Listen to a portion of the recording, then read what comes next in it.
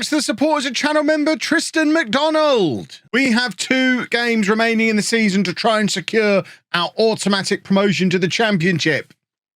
We did just lose 4-0 to playoff rivals Doncaster, though, so it's definitely not a foregone conclusion. Hello and welcome to part 18 of Saving Man City. I'm Kevin. Coming up on today's episode with our final 2 games of the season. We're away against Northampton and then at home to runaway champions Bristol City on the last day. We absolutely have to get this wrapped up before the last day of the season, because the last time we played Bristol City, they battered us, absolutely battered us. Since the last episode, we have been in pretty good form, winning every match, I think, since the last episode, apart from the 4-0 anomaly against Doncaster. I don't really know where that performance came from. James Trafford was so poor in that game that we actually substituted him with 20 minutes to go and brought on youngster George Murray-Jones, who does have 4.5 stars of potential.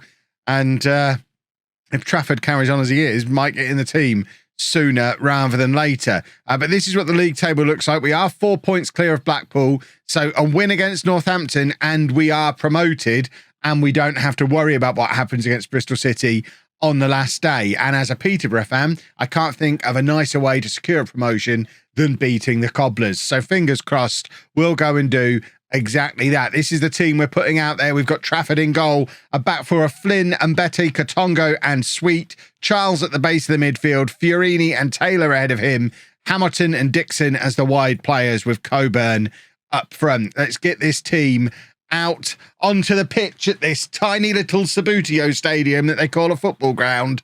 And every time I drive past it, I have to boo. It's just the law. I mean, they've not accurately created it in Football Manager because it's big and looks like a football ground, which not the case in real life, boys and girls. But that's enough Northampton slander for now. If they beat me, there'll be more coming. You can be sure of that. The other thing, of course, we're keeping an eye out for is the Shrewsbury-Blackpool game, because if Blackpool fail to win, it doesn't matter. Is that right? It doesn't matter what happens here? I think that's right. They're winning anyway. They're already 1-0 up against Shrewsbury. So at the moment, they're 2-0 up against Shrewsbury. So at the moment, the gap at the top of the table is down to 2 points. We do have a better goal difference. So theoretically, unless there's a big goal swing, if it ends like this, we could go and draw against Bristol City on the last day. But Bristol City have been so dominant in this league this year. We really don't want to have to leave ourselves needing to get a result against them. They've done to this league what some of you probably expected us to do to this league. And yeah, bottom line, we need to win this match. We need to beat Northampton.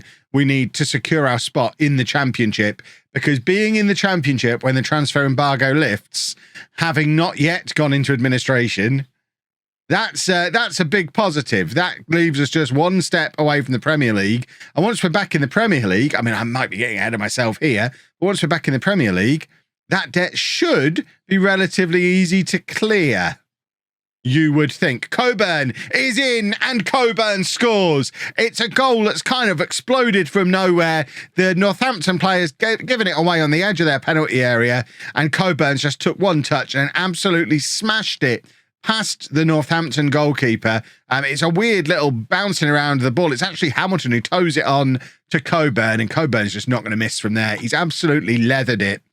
And that is massive, because if things stay as they are, nothing else matters. The Blackpool result doesn't matter. The last game of the season doesn't matter. If we win here, we are a championship football team. Charles playing it across to Katongo. And now Fiorini turns and plays it to Dixon, who slots it through to Coburn, who passes it on to Taylor, who misses. I mean, that's a £5 million footballer right there, boys and girls, in one of his final games for the club. I mean, if we get promoted today, this is Kane Taylor's last game, because as we did with Delap and his buddies last year, Burns and whoever else, I can't forget who we sold beforehand, but yeah, basically, it would, as soon as promotion is secured, Kane Taylor ceases to exist. There's no point using him on the last day when we can't use him next year. But once again, I'm in danger of getting ahead of myself a little here, getting a little overexcited at the possibility of hitting the championship. I would say slightly ahead of schedule. It would be the biggest achievement of the save so far. getting there this year, because this year has been the tricky year. It's been a challenge, and if we manage to pull off promotion, I'm just very good at being a football manager. That's what it comes down to.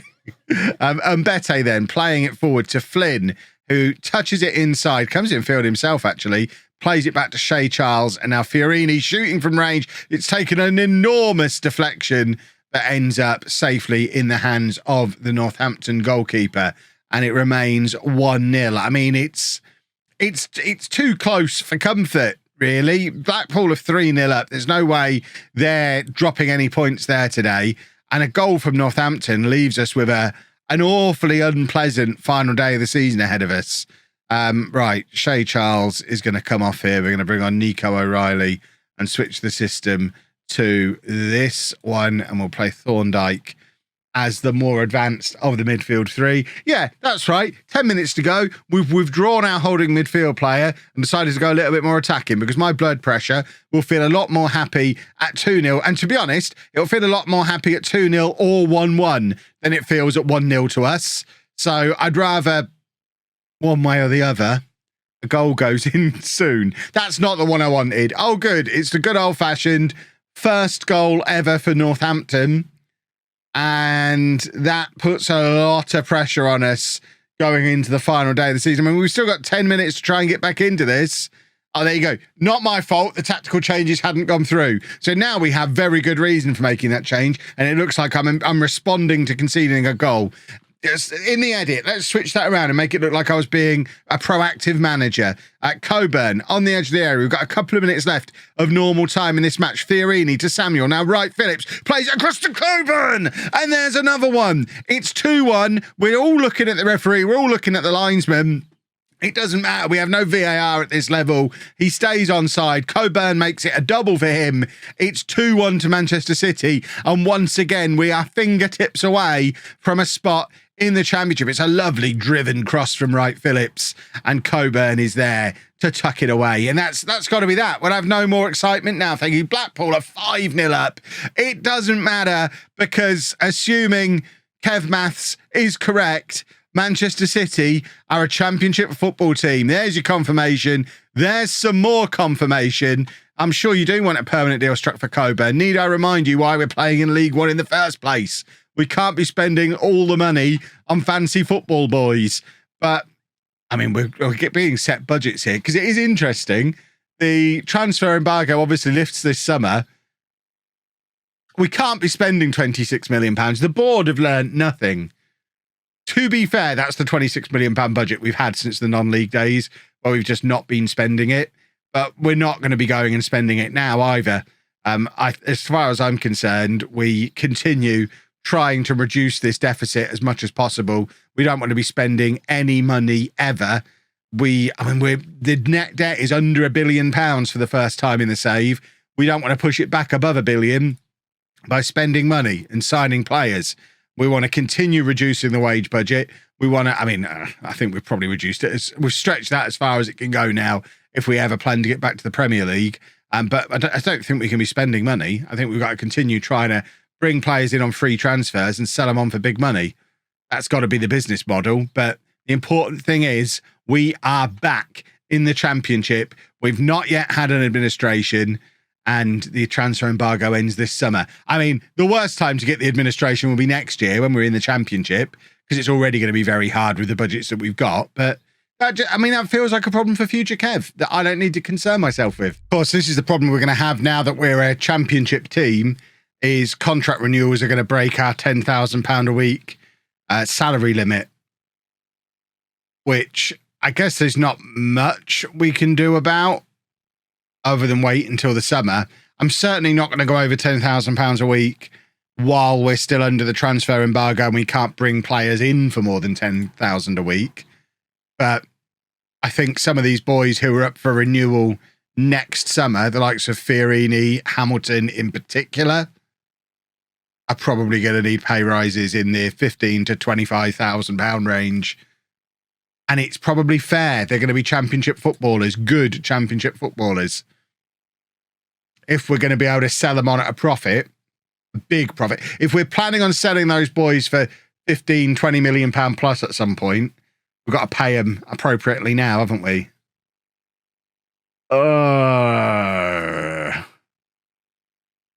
We just need to make sure we don't go above that. So, as is our tradition, we have binned off everybody who is here on loan and won't be here next year. So it is a slightly different looking team to give us an idea of what we've actually got as a squad to take into next season. And I think it's fair to say that it's going to be a busy summer transfer window once the embargo lifts, because this team is not a championship team. Let's see how it gets on against the best team in League One. We've got Trafford in goal, a back four of Galvez, Mbete, Katongo and Samuel.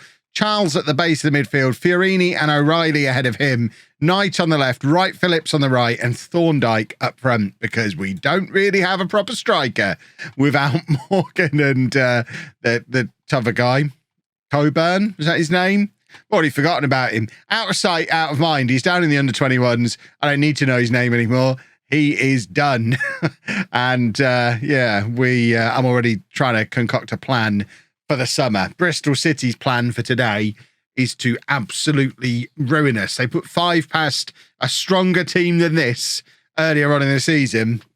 I don't really understand how they're as good as they are. I had a little look at them. They finished 6th in League One last year. They got relegated from the Championship the year before that.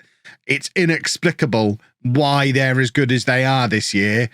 But goodness me, they really are very good, and certainly a level above us. And I suspect they're going to be demonstrating that today. And this is the fear for what next season could be like if we don't have a major overhaul in the summer. And we're not going to be able to have a major overhaul in the summer, because with that wage budget of 300,000, which I'd love to not go all the way up to, and I'm certainly not going to be moving transfer budget over into wage budget and doing my normal antics. We've got debts to repay. But I imagine the majority of that £300,000 budget will be used up renewing contracts of the players like Fiorini, like Hamilton, who are going to want pay rises. There's going to be some tough decisions this summer. I talked about how the League One season was going to be tough. The Championship is probably the hardest league in Football Manager, in football, as a newly promoted team. The National League is obviously difficult to get out of, unless you've got a team full of Championship youngsters like we had. So the National League is tough to get out of, but the Championship is just really, really tough. Just full stop. You have those 3 teams freshly relegated from the Premier League, another 6 potentially who are still getting Premier League parachute payments. There's money being thrown around all over the place, and we're going up there as a newly promoted team with presumably what will be the smallest wage budget in the entire league, with the threat of administration and points deductions looming over us as well. And it's not like we've got a load of outstanding players who've got us there, because our key players we're all here on loan and not going to be here next year. The likes of Taylor, Morgan, Coburn, Wells Morrison is our defensive midfield player. There's no way Shay Charles would have played as a deep line playmaker for us all year at the base of this midfield. So without a playmaker in there, we probably have to change the system. Oh, dear me. I'm going to try not to get sad about it. It'll be fine. I'd quite like to avoid getting relegated back down again. I was just nosing around the finances as well. Two of the loans, a significant chunk of what we're paying back each month, actually end in 2027. We've got 2 more years of paying this £23 million a month debt. And then in 2 years' time, 18 million of it is done. It drops off. So 23 million a month drops down to 5 million a month in repayments. So we've only got to tread water in the Championship for 2 years. If we can do 2 years in the Championship without doing anything silly, I think, and maybe, I mean, if the board are listening, if we could have a new stadium in that time, that'd be super. But 2 years in the Championship, get those loans paid off, get a new stadium that will be fit for the Premier League, and then have a real go for it and try and get back up to the Premier League. And like I said at the start of the series, if we can get Manchester City back to the Premier League, back in their own stadium, and with these debts paid off, that is job done for the save. We're not looking to get them back to winning the title. We're not looking to get them back to winning the Champions League. We are just looking to return Manchester City to the Premier League, pretty much put them back in the position they were in before the rich owners turned up. We want mid-table, lower mid-table Premier League team with a decent fan base and nice ground, but no piles of cash, no artificially inflated league position. We can get them back there, then I feel like justice has been done. Get them back to where they were at that point, effectively 20 years previously, then I think that's job done for the save. That is all, of course, a long way off, and we have got a lot to get through before we reach that point. So we are going to make a few changes here. We're going to change the entire front three. It's 1-1 now. We've done pretty well to keep things as tight as we've kept them, bearing in mind just how good Bristol City are. Anothe getting a rare opportunity to come on and play up front for the final 20 minutes or so.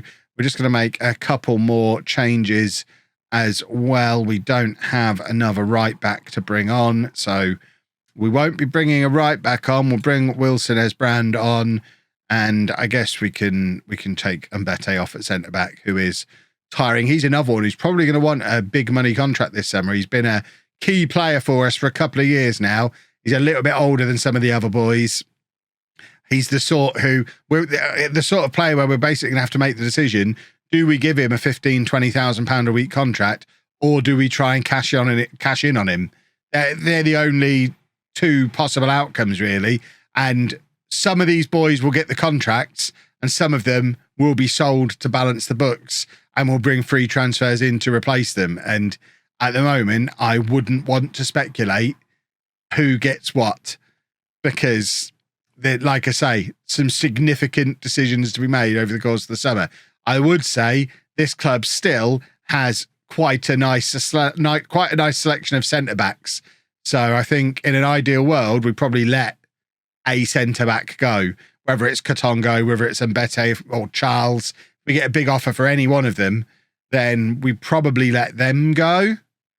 I mean, I did just say I don't want to speculate, and here I am speculating. Whereas someone like Hamilton, much harder to replace in the makeup of the squad as it is at the moment. We're going to beat Bristol City on the last day here. Nico O'Reilly breaks through. It's very much against the run of play. I mean, the match stats are probably about to prove me wrong on that score, but it felt like it kind of came from nowhere. Fiorini looks up, lovely ball over the top, and O'Reilly had got between the two defenders, rounds the goalkeeper, tucks it in from a pretty tight angle. It had been a fairly even match. I guess we are, XG-wise, pretty good value for our lead. Bristol City, of course, already have everything wrapped up, so they don't need to worry too much about what happens in this match. But it is quite the confidence booster for us if we manage to hold on with none of the lone players in the team, a very young side, some second-string players. If we manage to hold on and beat the team that absolutely steamrolled over this league,